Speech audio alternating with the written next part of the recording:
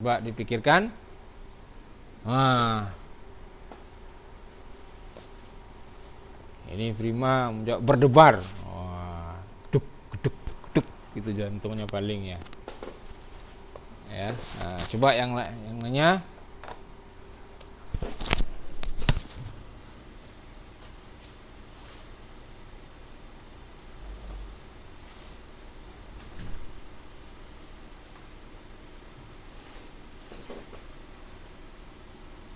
Asna.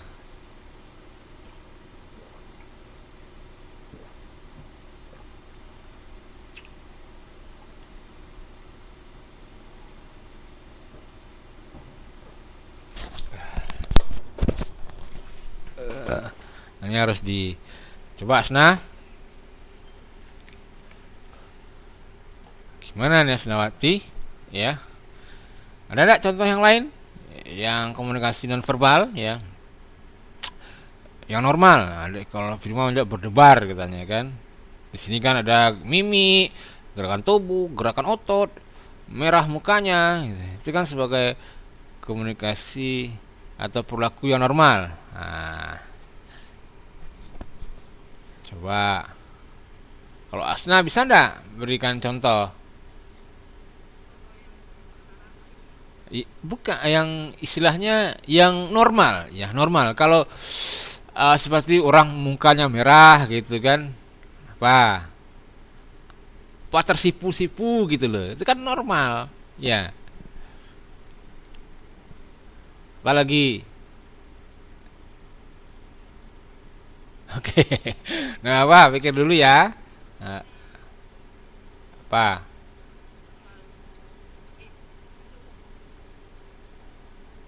Apa? Ya.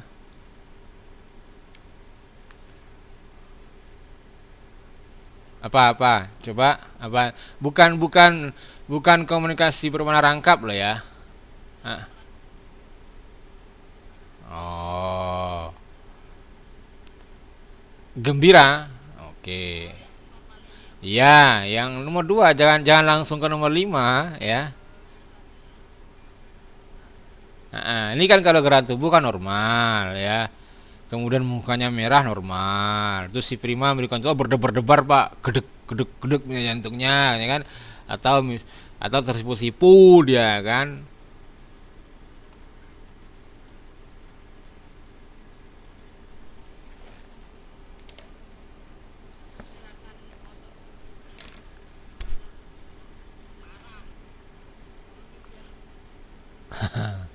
Ya, oke lah ya. Emang normal itu ya. Aha.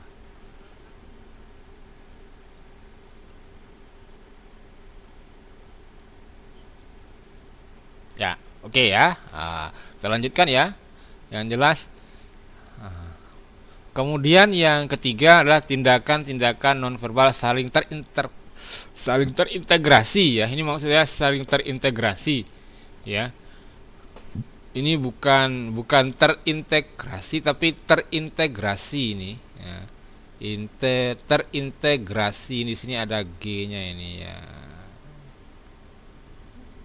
Nah, terintegrasi ya. Contoh di sini ya, orang orang kalau takut itu tidak hanya dengan ekspresinya bagian tubuh tertentu ya. Jadi eh, apa namanya? Coba kalau Anda kondisi takut kan bukan hanya takut gitu kan, bukan hanya omongan mulut aja tapi kan semuanya eh, menyatu ya. Ya, jadi tidak akan mengekspresikan rasa takut hanya dengan satu bagian tubuh tertentu, ya. Sementara bagian tubuh yang lain tidak, ya. Rasa takut itu bahkan terekspresi oleh tindakan-tindakan nonverbal dari beberapa bagian tubuh secara integratif seperti mata terbelalak gitu kan, ketakutan, ya. Tangan dan badan tegang ya. Ya, kemudian ya mungkin Anda tangannya ada yang gemetar ya, ada yang gemetar ya. itu juga terintegrasi, ya, terintegrasi. Keluar keringat, ya. Ya, Anda rasakan sendiri ketika Anda rasa takut gitu kan. Rasa takut kan semua menyatu semua, terintegrasi semua. Mungkin matanya terbelalak atau Anda berteriak, kemudian tangan Anda gemetar, keluar keringat dingin, ya, itu kan terintegrasi semua, ya.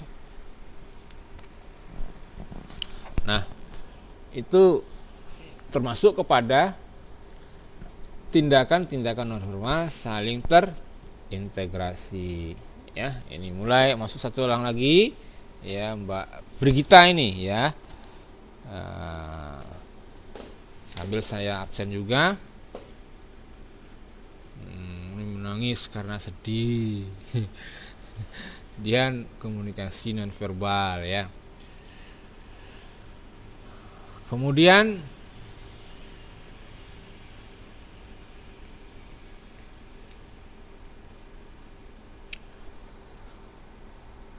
yang keempat adalah pesan verbal dan tindakan non verbal saling terintegrasi.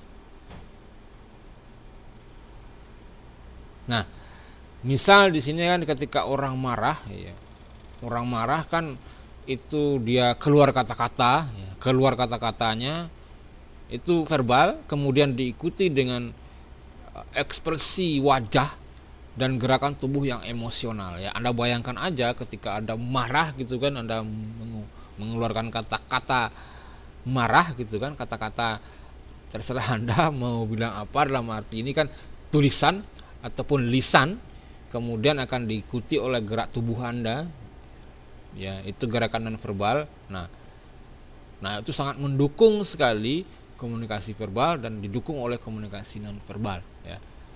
Jadi dia akan saling terintegrasi, ya.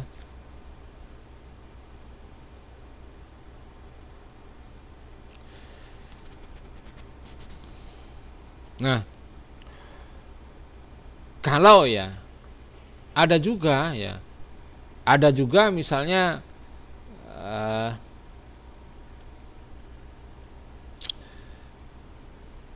seseorang pesan verbalnya berbeda dengan non verbalnya, ya, artinya begini, contohnya, ya, orang berkata senang, ya, berjumpa dengan temannya, ya, tapi dia menghindarkan tatapan mata gitu loh, ya. Wah, senang berjumpa dengan Anda gitu kan omongannya, tapi tidak komunikasi non verbalnya, gerak tubuhnya, tatapan matanya, ya, atau ketika bersalaman sama Anda gitu kan, ketika Anda lihat wajahnya, matanya, ya, dia berusaha menghindari tatapan mata Anda gitu kan. Nah, ini mungkin Anda bisa menebak ini hanya basa-basi aja ini, ya. Ya, Anda bisa menangkap bahwa ini tidak sesuai apa yang diucapkannya ketika bersama Anda, ya. Anda lebih percaya terhadap gerakan non verbalnya, ya. Biasanya seperti itu, ya. Mungkin pura-pura senang, ya, pura-pura senang bertemu dengan Anda gitu kan. Banyak itu, ya, banyak itu. Misal, ya, seseorang yang pernah Anda sakiti gitu kan, sakit itu, terus pas ketemu Anda, nah, dia akan berusaha baik sama Anda. Oh ya, udah lama kita tidak jumpa, ya, senang bertemu dengan Anda lagi. Tapi dalam gerakan non verbalnya Anda melihat ketidakjujuran dia gitu loh. Nah, Anda akan lebih percaya terhadap gerakan tubuhnya dia, gerakan non verbalnya dia, ya. Nah,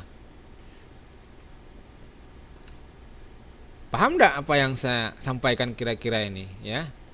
Jadi pesan verbal dan tindakan non verbal saling terintegrasi, ya. Ketika orang marah gitu kan, diikuti dengan gerakan tubuhnya sebagai pendukung ya, itu akan sangat-sangat mendukung sekali komunikasi verbalnya ya. Dan orang ya, dan orang lebih percaya ya terhadap komunikasi nonverbal ya. Ya ketika Anda berbicara gitu kan, banyak contoh yang bisa Anda berikan ya. Misalnya Anda dulu pernah pacaran gitu kan, terus Anda putus gitu kan, atau Anda diputuskan gitu kan, atau Anda yang memutuskan gitu kan. Nah ketika bertemu kembali gitu kan, kalau udah lama, misalnya setahun 2 tahun, tidak mungkin kan dia ketemu itu langsung wah dicaci maki Anda kan, tidak mungkin kan. Pasti dia wah ya senang ya kita berjumpa kembali gitu, padahal dalam hati kecilnya sangat marah sekali ya. Anda bisa melihat dari gerakan tubuhnya ya.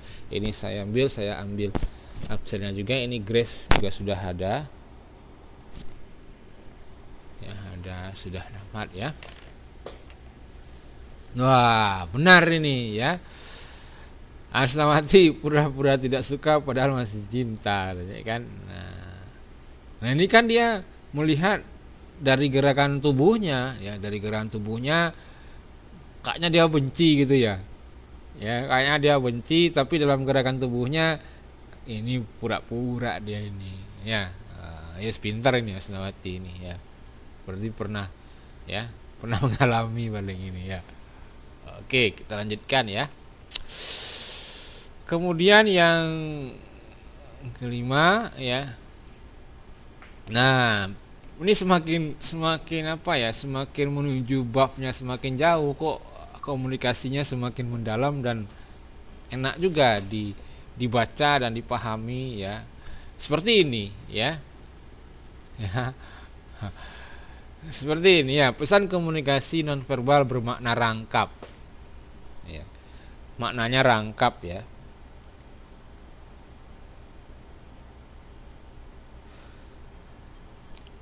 Contoh ya. Ketika hubungan antara Tono dan Tini semakin akrab ya. Ini suatu saat gitu ya, pada satu ketika ya, hubungannya mereka sudah semakin akrab. Tini bertanya ya pada si Tono, dalam ini Tini bertanya, apakah kamu sayang padaku, katanya kan. Nah Tono ini memberikan belayan lembut ya. Kemudian Tini penasaran ya, sambil dia bertanya kembali, kamu tidak sayang padaku ya kan. Nah Stono itu tidak menjawab dia ya, tidak menjawab, malah dia Stono itu memeluknya ya, Tono memeluknya erat-erat. Nah contoh tersebut sikap yang tujuannya bermakna ganda ya. Nah kan dia tidak menjawab ya. Pertama ditanya dia membelai ya. Kemudian tanya kembali, dia memeluknya. Nah ini yang dinamakan dengan nonverbal yang bermakna rangkap ya.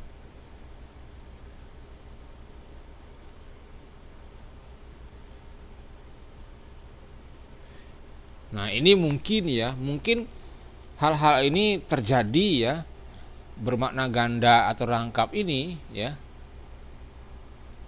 Pertama itu mungkin sifat hubungan yang intens ya. Kemudian adanya respon-respon yang sudah tidak cocok gitu kan. Mungkin si Tono merasa ada hubungan mereka yang sudah tidak cocok, tapi dia tidak mengungkapkannya dengan kata-kata gitu ya. Kemudian ketidakmampuan menghindari ya. Kemudian adanya ancaman atau hukuman dalam hubungan ya. Nah Sekarang coba Anda berikan contoh. Ya, ini kayaknya Anda cepat nangkapnya ini, ya. Ya, yang ini komunikasi bermakna rangkap ini. Ya. Nah, coba ya. Pertama, si Tono bertanya, dia melakukan ini. Kedua, dia penasaran, bertanya lagi. Enggak juga dijawab.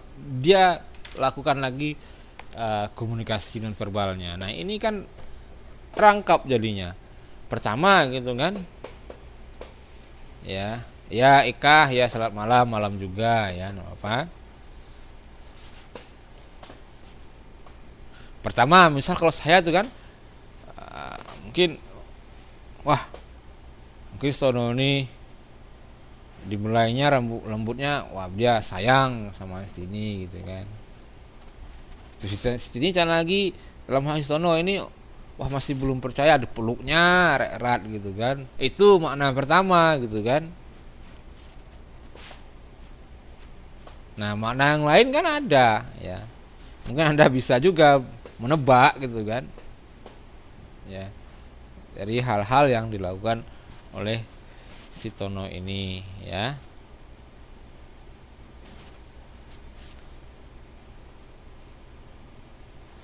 Oke. Siapa yang bisa memberikan contoh yang lainnya? Komunikasi yang bermakna ganda ini atau rangkap ini.